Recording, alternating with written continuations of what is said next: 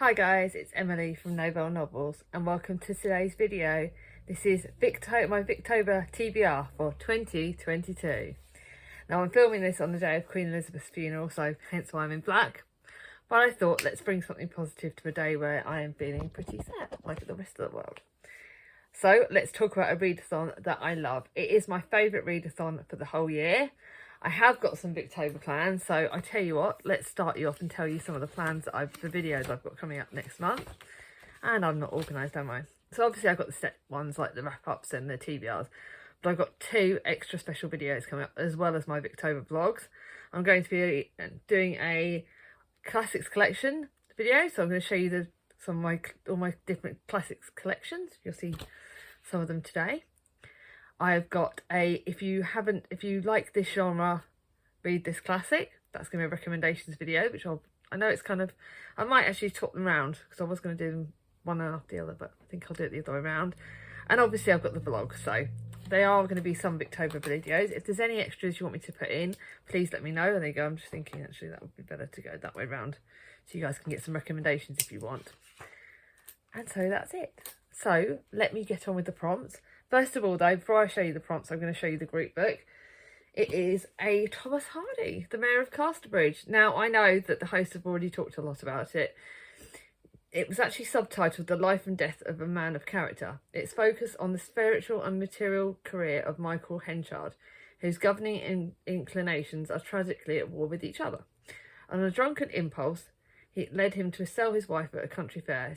5 years later, she and her daughter seek him out in Casterbridge, where he is now a rich and respected member of Wessex society. However, it's neither his family nor the ambitious manager of his corn business who bring him down, but his own self-destructive nature. I'm really looking forward to that. This one is not too long. It is the group book, so I think they're going to read it over a set time. I don't tend to do things like that. I don't tend to because I've started, I can't join in the group read chat. I don't know why, but I've never been able to do that.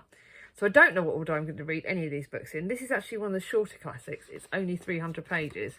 So I may try and get that done in one chunk, because I think for me, I find reading Hardy a lot better if I just go at it in one go. Because some classics you need to read slowly, but I think for Hardy, it might be better to read it in one go. I've got a real mixed relationship with Hardy, and I've read most of his books. So my plan is the year after next, I'll do a bit of a video on all the Hardys, because I need to finish them all off, so as much of them as I can. So I'm going to try and finish some next year. But yeah, I'm looking forward to trying this one. Now for the challenges. The first one I'm doing is Katie's challenge. Read a Victorian work with a chronic illness or disability representation. Please, guys, check out Katie's video on this, because Kate's video. This is from Kate House. Sorry, tongue twisted today. I think for me this is a very, very important prompt, because it, as a fellow chronic illness sufferer, it is one that's going to really bring it to the forefront. Now, I would love to read Olive by Diana Craig, but I have not been able to find that. So if anyone finds it for me, please send it to me, because I really want to read that. But a book that I really wanted to read, and the vote was, do I read it what month? And this is a book that apparently does match the prompt, and it is The Woman in White by Wilkie Collins. I don't quite know where it works in it, and I don't necessarily know if it works as a great disability or chronic pain representation, but I'm pretty darn sure Kate said it. If not, there is another book in here that matches that. I'm also buddy reading this with Naomi from Naomi's Bookshelf. The Woman in White is a sensation novel. I love sensation novels. Last year I read The Moonstone by Wilkie Collins and loved it. I also read I read another great, Mary Elizabeth Bowden, Lady Audley's Secret. That was another scandalous book, but oh my god, I love this. So a sensation novel will mix in a bit of adventure and excitement, which is what I always need. And this is the crime. We've got crime, poison, kidnapping, and international intrigue.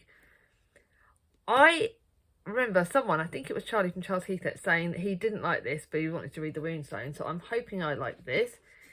This is one of the chunky ones. It's over 600 pages. So why have I got a chunky one? Nope, it's, 650 pages. So this one's going to take me a bit longer. But I know I liked The Moonstone, so I'm hoping and praying I like this. But I'm going to have to split this, because an extra book is another Wilkie Collins, which I'll tell you at the end. So I'm going to read this at one half of the month and the other half. That's my plan. That's how I'm going to do it. So sorry, Naomi, I better warn you about that. So the next one is Katie's challenge, read a Victorian coming of age book. This is my buddy read with the lovely Gem from Gem of Books. And this is The Mill on the Floss by George Eliot. I wanted to have a George Eliot because, like I said, I've loved one of the George Eliot books, which I think was the Silas Marner. And this is, The Mill on the Floss is based on George Eliot's own experiences of provincial life. It's a masterpiece of ambiguity, which is a moral challenge, and it's subjected to the hypocrisy of Victorian age. As the headstrong Maggie Tulliver grows into a womanhood, the deep love she has for her brother Tom turns into conflict because she cannot reconcile his bourgeois standards with her own lively intelligence. This looks so good. Not a long one. This is over about 460 pages. About 460 pages. Although the speed that Gem reads at, I don't know how we're going to read it, because Gem reads a lot slower than me, because I'm a very fast reader. So I don't know exactly how that's all going to fit in. You can tell I've planned to do this video before I've even talked about when I'm going to read them in the month. Hey, I'm not organised. Been a lot going on. But this is one I'm really looking forward to, and I love the edition, although there was a sticker at the front, so that's kind of wrecked it a little bit. Then Marisa's challenge is to read a Victorian short story. I could not do Victober without including my favourite family of authors, Charlotte Bronte. This is Sutcliffe's Hotel. I got this and, oh my God, I think it's one of the only Brontes I've not read. And it's Charlotte Bronte's Sutcliffe's Hotel. I've read some other Bronte books, and I've read some of her I've read all of the Charlotte Bronte long books, but I've not read any of her shorter books. So, be interesting to read this. It's very short. I'm not really counting this as a for me, it's only 100 pages, 111. So it'll be a nice, short, sweet, let's read it in a Saturday kind of, or read it in a day that I'm not busy book. But it's also gorgeous. So I cannot wait for that book. I love the fact that this year if you think, so far, Hardy's short, Women in White's really long, Mill on the Floss is kind of right in the middle because it's less than 500. This is really short. Then we've got Petra's challenge, read a Victorian book and watch the screen adaptation.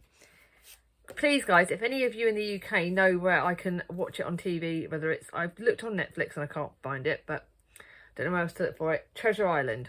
I will do my best to watch this screen adaptation, but I've not yet read a Robert Louis Stevenson book. It was this or Jekyll and Hyde. I went for this because I thought this is one I've also really wanted to read. Again, it's short. It's only less than 200 pages. So, 190 pages. I thought this would work perfectly to make sure that I've not overloaded myself. Because when you see the October TBR, I've got loads of books for that as well. So that's my one for this. I cannot wait to read Treasure Island. It's one I've been really excited about. So I cannot wait to read that. Then lastly of the challenges is Rosie's challenge. Read a work of Victorian poetry, long or short. Now I have got a lot of Oscar Wilde, but I decided again to go back to my love, and I went to, because I don't really want to read loads of big poetry, and with the fact that my TBR is quite big, I've gone back to Bronte. I know it's cheaty, I've got 2 Bronte books in this, and this is The Night is Darkening Around Me. I think I've read it last year for Victober as well. But this book is just one that is like a hug in a book, in the fact that I've returned to my favourite author. And I loved this book when I first read it, and it'd be nice to read Charlotte Bronte's poetry again. Now I've got 2 extra books, so I've not put myself under too much pressure this year. But I've got this Chunkster, which is Armadale by Wilkie Collins. I picked this up in the charity shops a while ago, and I'm buddy reading this with the lovely Charles E from Charles Heathcote. And oh my God, I'm killing myself. It's 660 pages.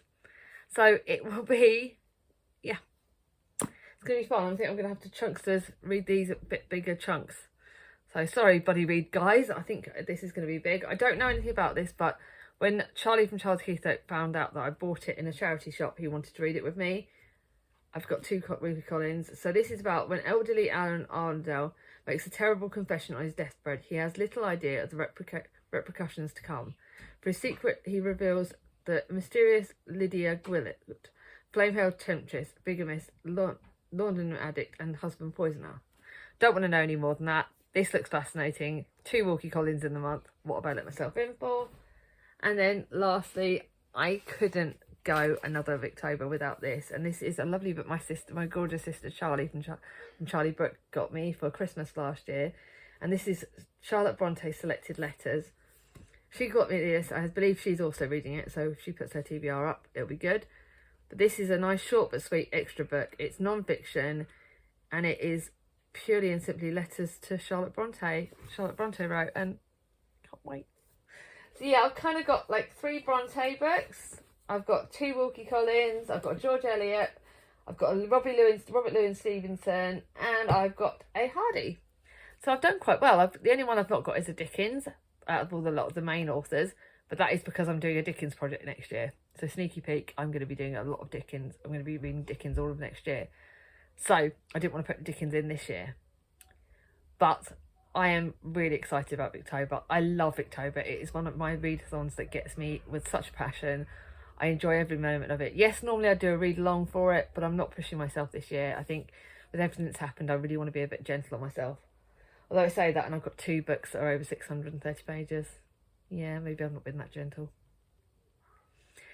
But guys, let me know down below, what Victober book are you looking forward to? Is there anything that you want to recommend to me that I should try next year? Any authors that you think I should prioritise? I have got a new author to me this year, which is something I always try and do, which is the Robert Louis Stevenson. I always try and get a new author, and I've got loads of great books for next year already that I'm saving. So if you like this video, give it a thumbs up. If you're new to my channel and not subscribed yet, ring on my ding-a-ling, and I'll see you all soon. Bye bye.